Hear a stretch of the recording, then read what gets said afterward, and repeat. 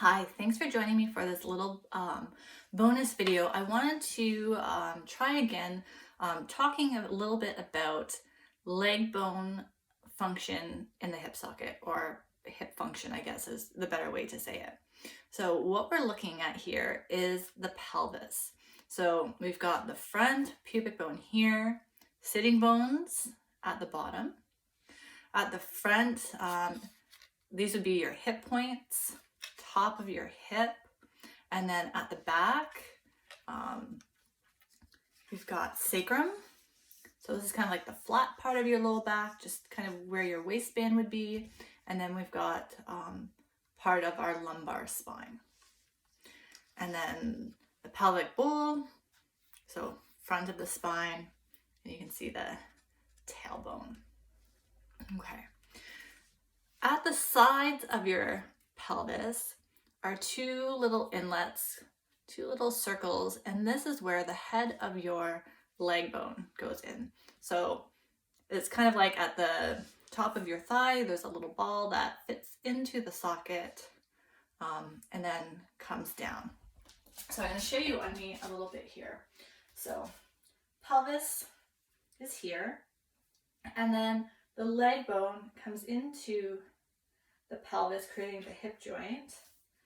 And if you were to bring your hands alongside of your hips and kind of just slide your fingers, like you get a press in there, you'll feel kind of like a rounded, kind of bony spot that kind of like sticks out at the very side of your hip. So it's not in your bum, it's not in the front of the hip, it's right on the side. And that's where your leg bone goes into the hip socket. And so if you kind of press your fingers into that rounded spot, and then you start to move your leg forward and back, you can actually feel how it moves. So that's the top of the leg bone moving in your hip socket. I'm just going to grab a spinal strip here and see if I can give you a little bit more of a visualization. So we've got the pelvis, and then leg bone comes into the hip socket here. And so we can move, keeping the pelvis still. So this is going to be some of our movement exploration later on. We can move the leg bone independent of the pelvis, so flexing and extending. We can also move the leg out to the side and towards the middle, so across the body.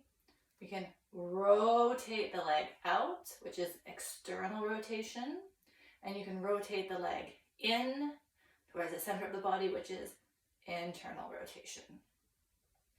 So just keep that in the back of your mind as we go through some of our hip movement this week and in future sessions. So some of the movements, I'll ask you to keep the pelvis still and to move in a range where it's just the leg. We might also explore movements where the leg stays still, but the pelvis moves on the leg bones. Or it might be a combination of leg moving and pelvis doing something different. So that is what I wanted to share. And if you need some clarification, or if you have any questions, reach out to me by email and I'll do my best to answer your questions. All right, have fun with today's practice, and I'll see you tomorrow.